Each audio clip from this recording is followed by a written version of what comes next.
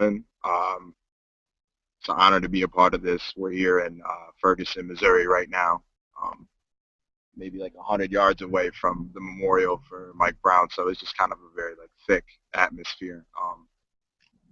But I wrote this poem a little while ago, and it has a lot to do with this. It's called Saint Inside and Not. Um, yeah.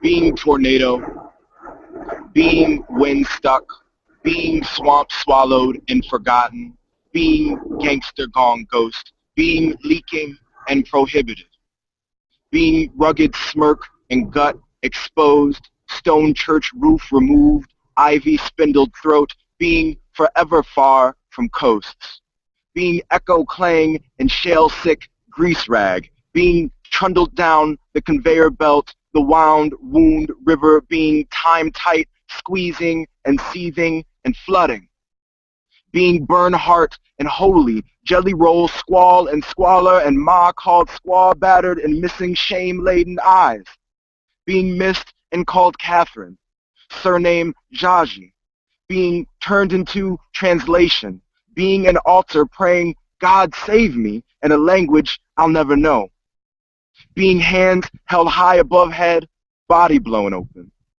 being bit nickel never trusted, being runaway sharecropper castrated, burned away in pieces and hand-licked heavy envelopes, being you missed a big fiery one, wish you were here, being midnight ripped off the face of constellation, being the risk shattered in the body, heaving before the holes it swallows.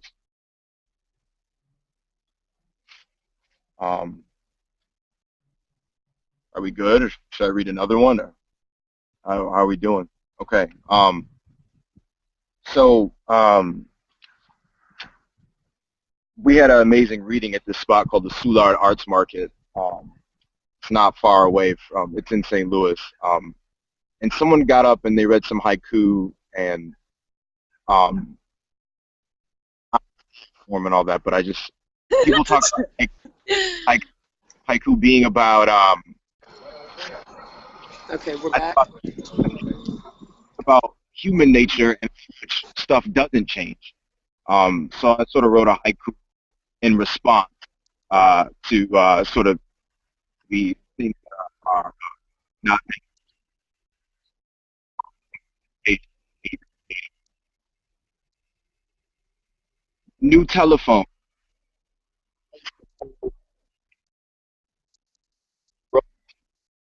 Body, old, same old.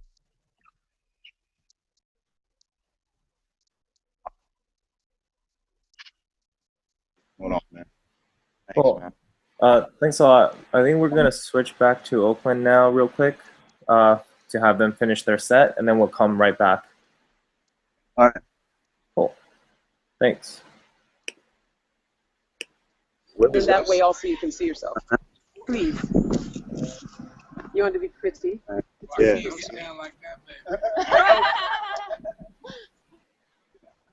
We'll figure it out. We'll come to you. They already know the order. Leg on my stomach.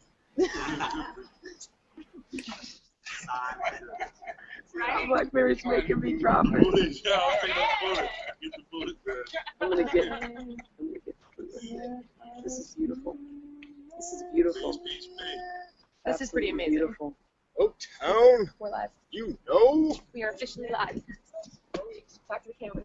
So we're back in Oakland, California. Thank you so much for being gracious and patient. We're in Oscar Grant Plaza where we were called to congregate again. Of course, if you don't know the history, definitely this is an opportunity to be educated. Can you see yourself, dear? Yeah. All right, I'm Dazier Grego, and this piece is called Make Me Black. Make me black. Paint me. Be sure and make it obvious. My lips should be full. My hair exceptionally curly. I want each strand wound so tight that if I fell down the steps, I'd become a slinky. Make my eyes almond-shaped and somewhat slanted. I'm not sure if that's African or Native American. Make them deep-set and slanty. Make me black. Take my oral tradition and forget it completely. Write down what you remember. Take my worth, multiply it by Nefertiti, and divide it by crack whore. If you have a remainder, snap your fingers to your own heartbeat, roll your neck once, and spit every time you want to say nigga. Allow me to imitate you after you have made caricatures of me. Embarrass me. Have me make fool after fool of myself, and when I'm done giving it coon show, Haley bury me. Whisper Maya Angelou poems to the leaves, crush them, make sturdy pages I can write my nigga songs on. Tell me I'm not black if I'm articulate, especially if your blue eyes are taken for granted. If your blue eyes are taken for granted, give them to me. I will make them more special than anything. Tell people who are white and black they are automatically pretty. Be happy there are enough like you for you to finally understand something black. Make me black. Call me something other than black. Teach me to be ashamed of my former names instead of Negro-colored, African-American. Tell me nigga is just the same. Make me surly. Let's speed up what Darwin started. Take the best of us. Put us on a boat. Let the weak ones die. When the weak ones are dead, breed me with the largest and most agile buck. If you find me attractive, let's have babies together. Let's hold our babies above all babies. Let's be light-skinned and untarnished. Warn your children we are sons of Ham. Cursed and cursing. Mutilate me, beat my back something awful and laugh at my calluses, rape my woman in front of me, make laws that ensure I can never call her my wife, give the woman I'm permitted to fuck in your absence children, treat them as livestock, treat them better than you treat her or me, make a house nigga out of your daughter, Willie Lynch me. Beat me down, hang me off of trees, confuse the hummingbird who does not know what to drink from. When I become aggressive, call me a thug. If I'm complacent, tease me. Call me a sellout and remind me that I am not black. Continue to always punish me, make me black, talk down to me, keep the written word a mystery, and when eyes don't speak English so good, confront me. Tell me I am lazy and then have me walk 100 miles through the swamps of Mississippi in the dark alone. If I reject being lazy, have the dogs chase me so I know what it feels like to be tired. When I am tired, Rodney King me, play the tape and ask me not to be moved. If I am moved or become fearful of violence, watch me hurt myself and do nothing.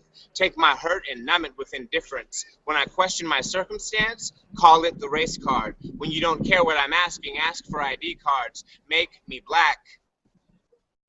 Police flashlights in my face so often I am only comfortable in the spotlight of a stage, an arena, a court, a field, or a prison yard. Make me black. Asheo. Asheo! Filming once again from Oakland, California, right in the center of Oscar Grant Plaza. And I'd like you all to just introduce yourselves at this point. All right. Hey, I'm the Ghetto Prophet, co-chair Onyx Organizer Committee. Very instrumental in helping rename this plaza OGP. And just real brief, I want to give a report back. My co-chair is in Ferguson at the moment, and she is saying that as of yesterday, the police are randomly arresting black people on the streets without charges. And there's supposedly a cop shot in the bicep yesterday, but they are not mentioning the day before yesterday another African was also shot in the streets of Ferguson. So any support we can get to those soldiers out there, let's do that. This poem is called Someone Called 911. Someone please call 911 and tell them that you'd like to report a residential burglary. Better yet, call it a home invasion, because we were all there when strangers came in and raided our nation. They stole lives, legacies, and natural resources, plundered our history and ripped off whole civilizations, kidnapped us and smuggled us off to foreign plantations. Someone please call 911. Tell them that you'd like to report a robbery in progress. Tell them that we're standing face to face with armed gunmen and they're demanding of us our intelligence.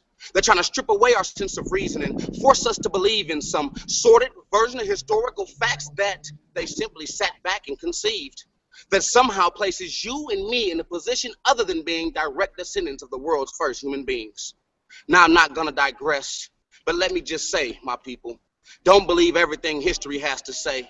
We're being robbed of our culture right before our very eyes. The situation we're facing is becoming too complex to surmise. Of what does our future comprise if our past has been forgotten and decimated? Someone please call 911. Tell them that you're witnessing a generation being decapitated. that you're witnessing graves being desecrated, the heads of our familial clans being gunned down in the streets, fathers, brothers, and sons locked away in cages or living under the gun, where freedom only means that you're no longer on the run. Our ancestors were slaves, and my elders saw slavery undone, so tell me, how in the hell did I somehow become one? They say I gotta have paperwork stating I'm allowed to travel alone. I pay rent every month, yet when the pigs get a notion, they can ransack my home. Constitutional compromise means they'll compromise the Constitution whenever it suits them. A man's face down and cuffed up when an officer shoots him, but then he claims it was accidental, so folks claim he should go free. But tell me, how many times would you be condemned if you accidentally killed me? Someone please, for me, someone please call 911. Tell them that you're witnessing a murder in progress. Tell them that you think the gunman is yesterday's burglar. Tell them that you just saw our pride, our dignity, our self-respect, and our culture viciously slaughtered in cold blood. What do you call a Holocaust when there's no survivors? A genocide. The systematic elimination of a whole race, either by death and disgrace or by putting operations in place to ensure their eventual demise. If we don't act now, we'll find ourselves not just fighting to survive, but tiptoeing the very brink of extinction. Too poor to afford the freedom to think. If a chain is only as strong as its weakest link, then tell me, how wealthy can one man be if he gets rich off the blood of his own people and then leaves them stranded in the streets? 1 out of every 10 blacks on this planet live above poverty. The rest of us are just stranded. I'm no longer asking. As of right now, I demand it. Someone please, please call 911, damn it. Tell them that you just witnessed a generation of school children being kidnapped and abandoned in substandard living conditions in broken down schools. Tell them no child was left behind. In fact, they graduated thousands of fools. Sent them off to fend for themselves unprepared. Fed them nothing but budget cuts for years and forced them to quench their thirst with their tears, then prostituted them out without fear of retribution, repercussion, or guilt. Exploited their needs for votes and political gifts. I mean, why do you think you never hear of school closures in the suburbs? How come the parks in the good neighborhoods always get the beautiful facelift? I mean, have you ever seen a hoop court outside of the hood without nets? If the education budget is equitably spent, then tell me, how come some schools have a computer in every classroom while others barely have one that they can rent? Who is it who decides how this money gets spent? How many schools do they have to visit before making these decisions? Do they ever have to look into the eyes of a child brimming with potential and promise that won't ever be realized due simply to a lack of equitable spending? Someone please call 911. If you won't, you can even remain anonymous. But tell the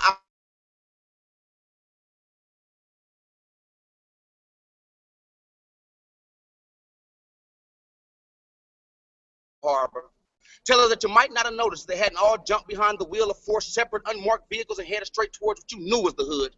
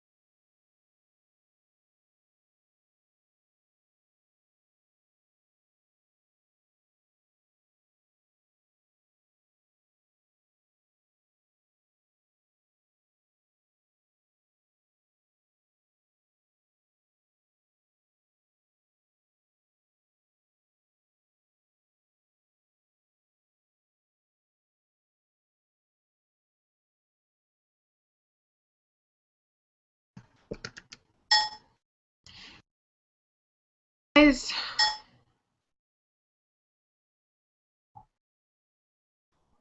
I'm not really sure what's happening. I don't know if I don't.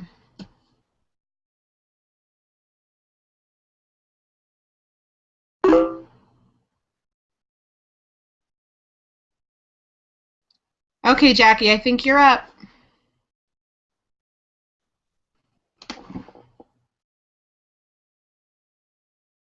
in the frame, make sure you pull in a little bit closer, everyone. Can you see yourself? No, I Oh, see a you're so person. sweet. No, I think it's better to have you right I there. see somebody else, Yes, not me. it's perfect. I see someone else. Oh, you aren't visible yet? That's Sasha, yeah. Okay, Well, yeah, no, you. Yeah, so it's the other people. okay, The woman under a tree or something. okay.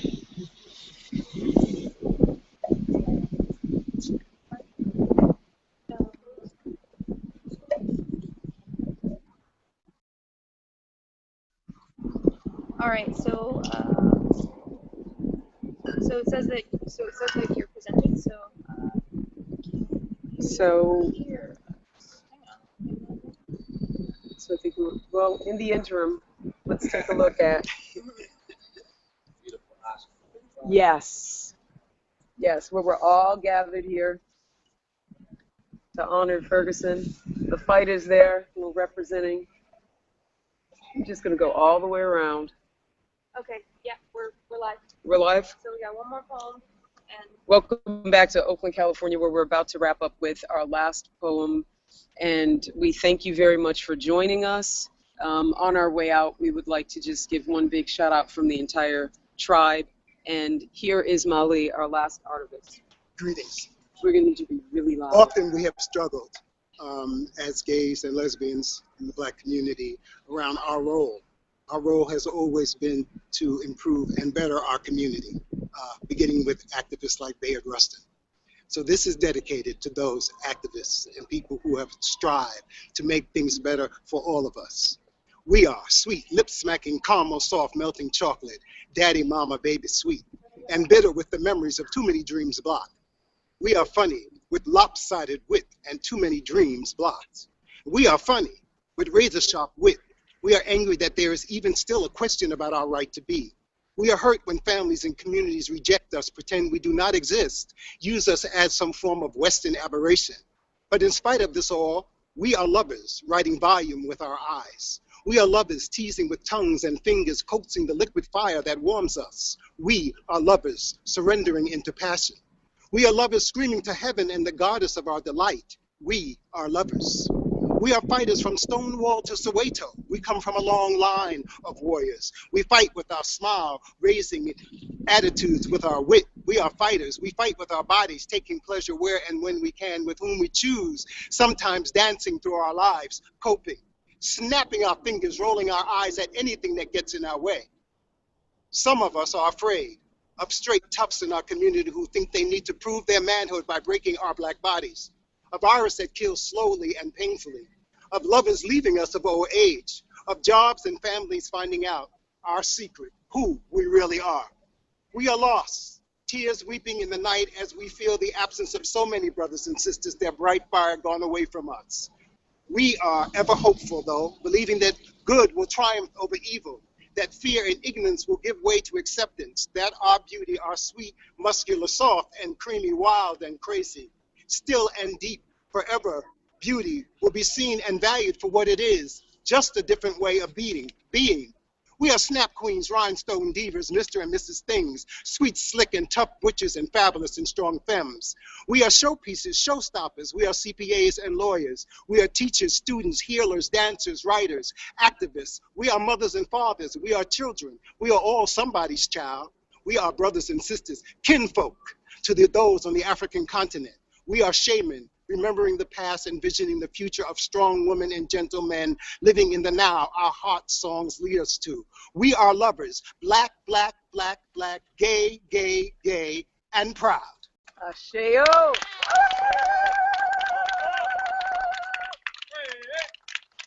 Yes. For yourselves, please clap for each other. Thank you so much.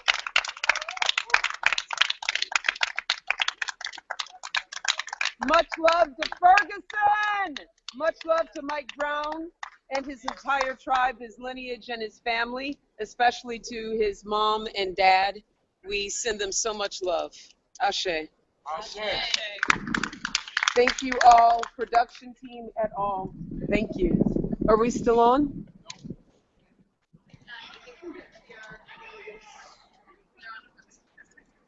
Okay. Thank you. It's Valerie Trout, y'all. That's Valerie Trout, y'all. Valerie Trout, y'all. Oakland institution. So are we off? Let's switch over.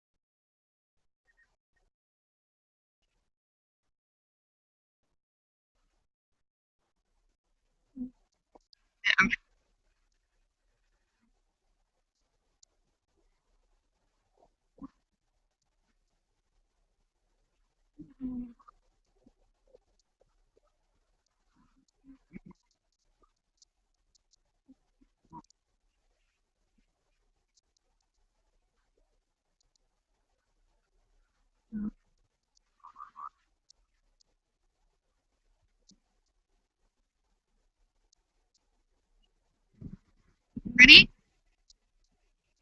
We good? Hey guys, Jackie. Thanks for being as number one, don't forget to go to the Tumblr. It's post.tumblr.com and donate, please. We can use the funds here in St. Louis and Ferguson. Tons of organizers have been working for the past, 51, 52 days now towards justice, and so have lots of organizers in other cities. So we appreciate the love. We're going to go ahead and read some more poems. Next up is Aaron Coleman, who read earlier, but he's going to read again. So get ready. Do you mind holding it against you? Are you ready? Yeah, I'm ready. No, but oh yeah, I am. Yeah, you got me. Cool. Just one more quick one. It's an honor, like I said, to be a part of this. I'm thankful that we're sharing our voices together, and I'm honored to be one of them. So it's going to be my last piece. It's called Under a Man-Made Shelter Beneath a Rupturing Sky. I can't tell you, but you feel it the way you feel thunder. The way it speaks rain without words and beckons a turning back to man-made shelter beneath a rupturing sky. A silent pleas between men who work to claim each other. Blood who are supposed to take, to prove, to dig wide around what burns and not speak out loud about love. Fumes fuse when we hide words under eaves like bushels of wheat and watch the barn burn down as the rain picks up too late. Boys burn down and aim to take the town with them. Flames flick light into pummeling rain, billow black smoke when they break open the cans of tractor grease. You won't let yourself. Look away from the burning shed as the structure tears down in pieces of cindered darkness in the middle of the storm, in the middle of the night. Thanks. Cool. Okay, so we're going to have some more poets. Feel free to introduce yourself. How you doing? My name is Marcellus Buckley. I'm known as the Ferguson poet.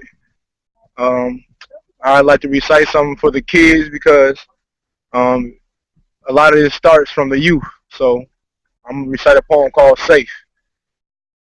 Why aren't our kids safe in this place that we call our home? Just know that things can and do go wrong. Oh, please don't mistake. Even those who get rides home from mom or dad on the bus, lives are at stake. And I hope you take the best route that day. Or I hope there's no terrorist explosion or bus takeover. Or I pray that no one falls asleep behind the wheel, running kids over, taking lives at will, only if they were sober. And I hate to say I hate, but I hate how this feels. So why? on our kids safe. To my little brothers and sisters walking home every day, it's a struggle having strangers bug you, and I know you feel some type of way. Gangster thugs with no jobs but got their pants off their waist. Only trained to rob so they got guns to your face. Oh, I hate to say I hate, but I hate how this feels. So why? On our kids safe. To my little brothers walking home, I'm sorry, y'all. Messed up. It's all good. Be with you right here, man.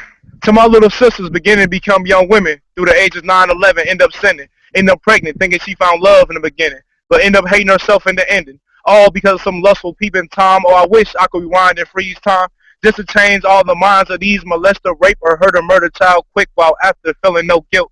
Oh, I wouldn't give these pieces of dirt the day of time to feed poison to my beautiful flower in the sunrise. And until my sunset, I'll protect mine.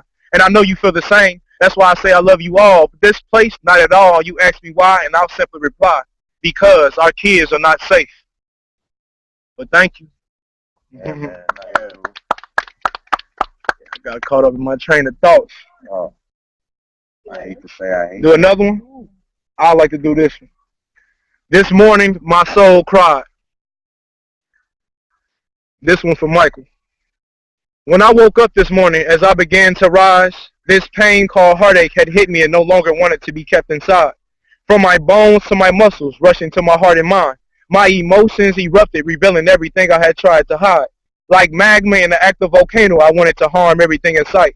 But these tears, oh tears of mine that came out rolling from my eyes, were from the destruction of a policeman taking another one of my brother's lives. I only wish I was there to stand by your side. I know you would have been here today to watch the sunrise, then watch the sunset through your own eyes.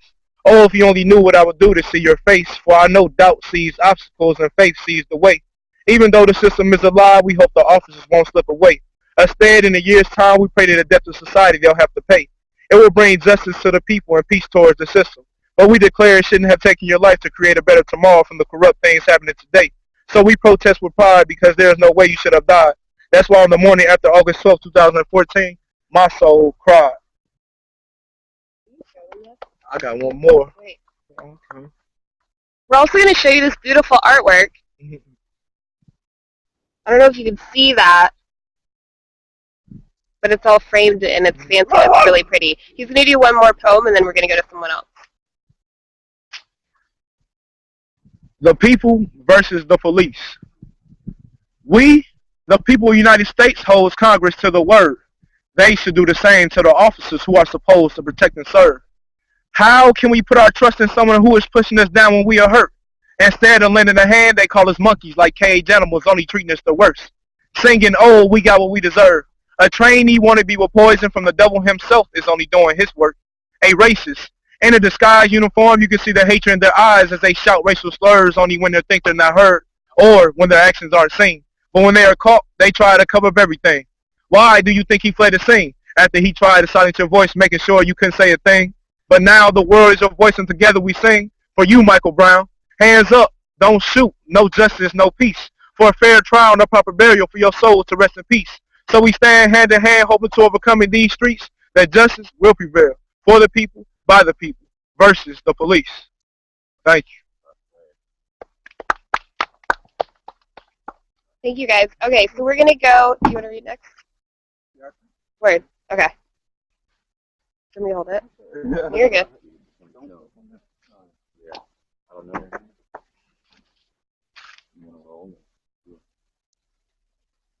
Yeah.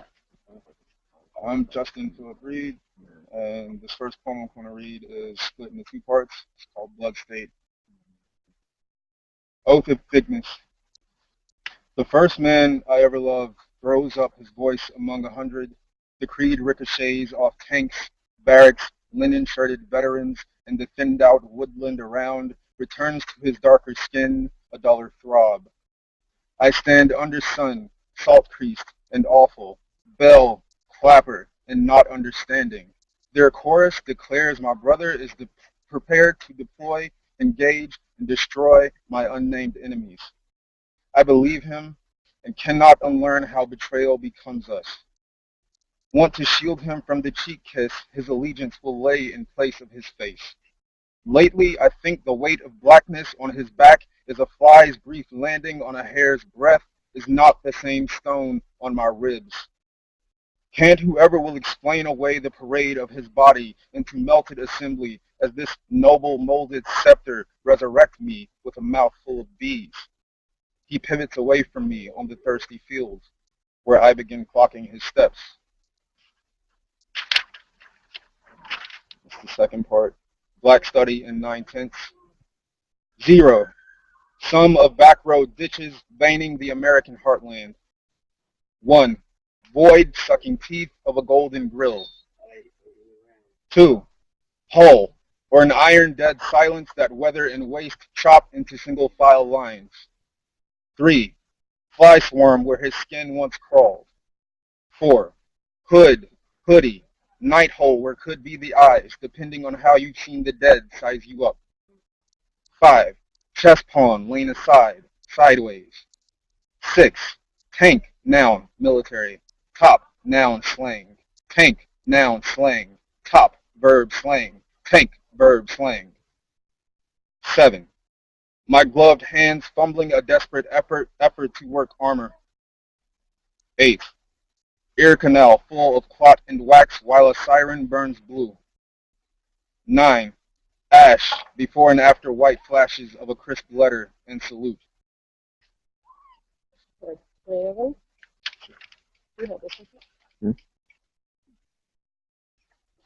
Alright, I got another one.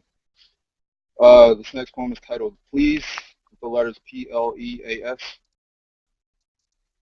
What is the word for the realization that your language never loved you? It doesn't matter that you've ripped the self repeatedly to tender bits to whet its appetite.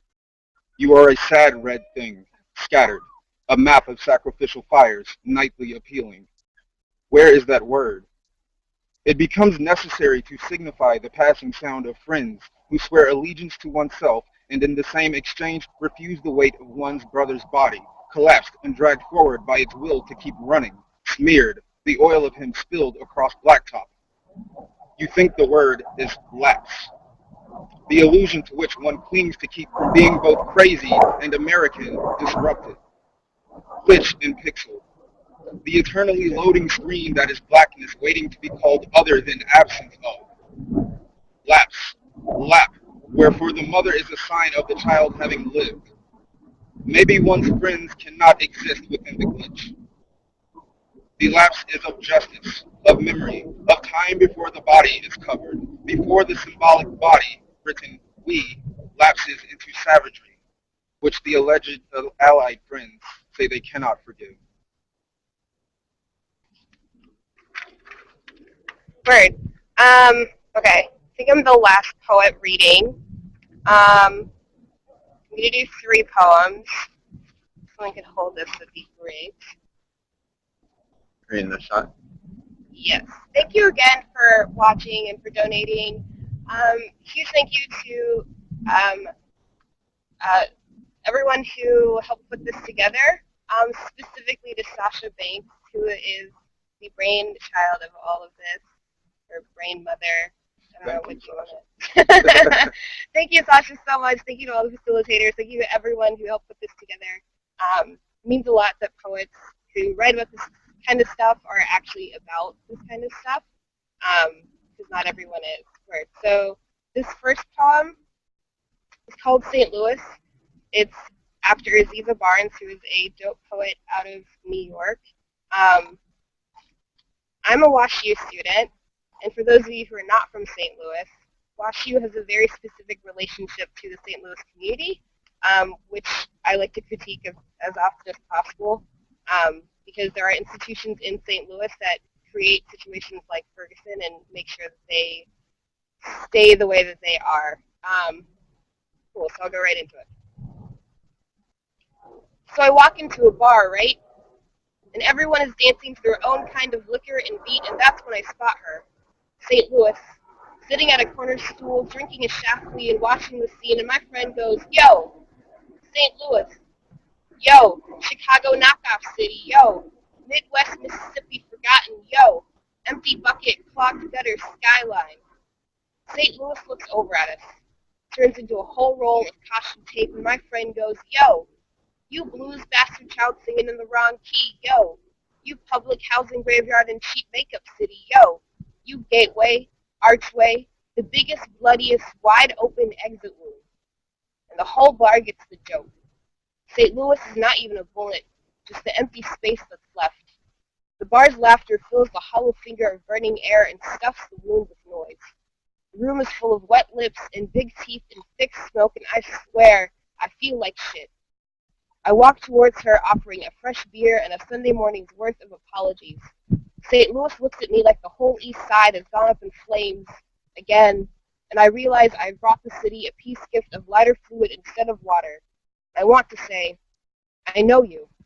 I've been to East St. Louis. I know about the race riots. I know about the failed housing projects downtown. I watched a documentary. I read a book about the foreclosure crisis. I understand that poverty is two hands clamped over an entire neighborhood. I get that this is how you are fitted for handcuffs. Please, don't act like you don't know me. I'm trying to help you. I've read the books. I wrote a paper on it. I know what Del Mar looks like without the students there. I've walked through the north side and seen the buildings with only gums left. I know parts of you have only gums left. St. Louis is a Mississippi riverbank, and she looks at me like I am the clumsy ship run aground in her thigh trying desperately to make peace with the mud.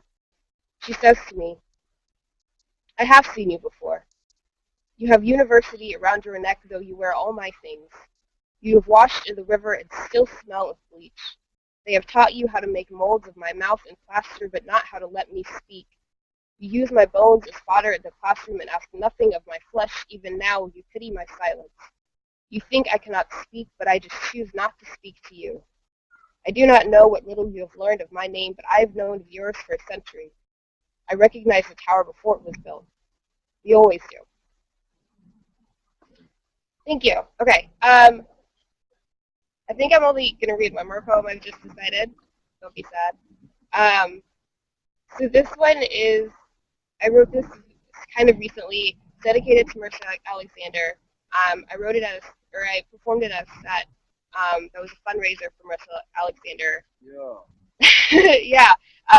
Put on by Organization for Black Struggle and Sisters Talking Back in St. Louis. So this will be my last piece. Thank you again for everyone who came out and who showed up and worked technology and put magic together and live streams for 24 hours, and everyone who stayed up till like 2 and 3 and 4 in the morning.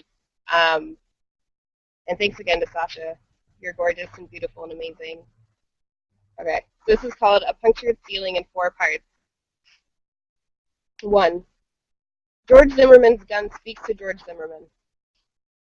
I have nightmares about your hands, about your finger curled around my throat, strangling the bullet from behind my teeth.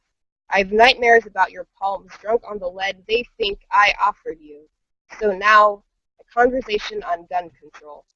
How silly to think they blame my metal for your own body's poisonous rust. How your racism rots your gut in the midst of you denying the infection. Stop blaming the tree for the body you hung from it. It's just bark, and I am just a gun. 2. George Zimmerman's gun speaks to Marissa. You and George are not alike. Women like you do not have any ground to stand on. Black folk are born hovering above their own graves. What you mistake for dirt beneath your feet is actually ash, is actually the dried afterbirth of ghosts still thirsty for the Atlantic. Black bodies float and hang, and they burn and they bleed, but they do not stand. What do you think they bent your back in the fields for? What do you think they have you carrying all this fat on your shoulders, all these coffins on your spine, so you could stand? 3. Marissa Alexander's gun speaks to George's gun. On my weakest days, I wish I was you. On my weakest days, I pretend that George's fear and Marissa's fear share the same address, maybe even the same bed. Hope that the jury will mistake her punctured ceiling for something more fitting to be shot. After all, what is a black boy but a bullet hole? Are they not sometimes already born the same? 4. Marissa's bullet thinks of black women and black girls, but does not speak of them because, after all, what is a black girl's voice but a warning shot? What is a black girl's pain but an open mouth with no teeth? What is a black girl's fear but subtext, but footnote, but huddled between parentheses? What is a black woman but a body still dangling, neck still angled towards the sky? all that rope tucked under her chin. All these trees and all this time ain't nobody thought to cut her down. Nobody even noticed her silhouette against the sun. Thank you guys. Lots of love to everyone watching. You guys are amazing. Mwah. Okay, that's all. Bye!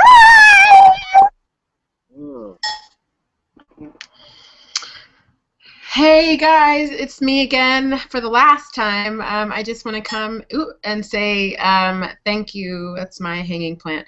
Thank you so much for watching, and to every single poet who participated in this 24-hour live stream. Thank you for signing up. Thank you for rolling with all of our crazy schedule changes, last minute schedule changes, getting people in 2 minutes before it's time to go on air. I thank you guys so much, and I want to say thank you to everyone who's donated. Big special shout out to the people who did their side events in New Orleans, to Wende Katuiwa and Akeem Martin. Thank you so much for all your work. Thank you for the help of Tatiana Brown and Manoj Dayaram. Thank you so much. You guys have been a tremendous help to me, and for everyone who has watched, who has shared, and who has twittered this to absolute death and oblivion. Thank you so much. Continue to support, and if you guys will be reminded to go to poetsforferguson.tumblr.com. There is still time to donate to the GoFundMe to help the protesters who are still in Ferguson, who are being charged with, you know, just crazy, fallacious charges that have no bearing on anything. Help those protesters to continue to resist and be that voice. Thank you so much for watching, and we are officially signing off. Bye.